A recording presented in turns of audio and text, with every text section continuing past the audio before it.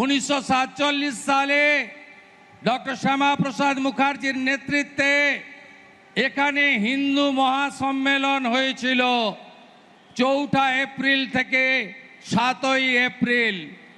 সেই দিন এখানে রেজুলেশন অর্থাৎ সিদ্ধান্ত হয়েছিল যে আমরা পশ্চিমবঙ্গকে ভারতভুক্তি করতে চাই।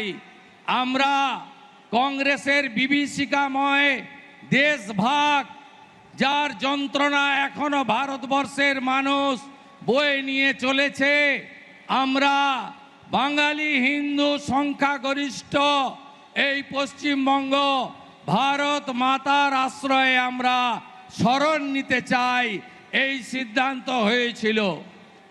এর আগের কংগ্রেসের সরকার, কমিউনিস্টের সরকার, তৃণমূলের সরকার ডক্টর শ্যামাপ্রসাদ মুখার্জির এই অবদানকে ভুলিয়ে দেওয়ার জন্য পশ্চিমবঙ্গ দিবস সরকারিভাবে পশ্চিমবঙ্গে পালন করেননি।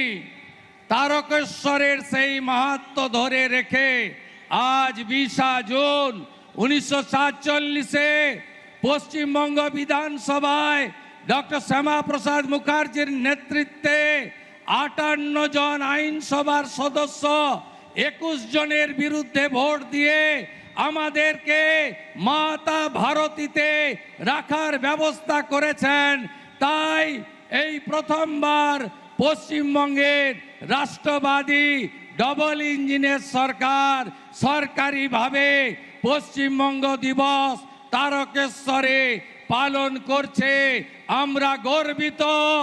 আমাদের এই রাষ্ট্রের মহান ব্যক্তিত্ব, যিনি রাষ্ট্রকে সমর্পণ করেছেন, রাষ্ট্র নির্মাণে যার ভূমিকা সবচেয়ে বেশি, সেই মাননীয় প্রধানমন্ত্রী নরেন্দ্র মোদীজি আজকে পশ্চিমবঙ্গ দিবসে পশ্চিমবঙ্গের পূর্ণভূমিতে উপবিষ্ট হয়েছেন। আমি তাকে কোটি কোটি প্রণাম নিবেদন করি।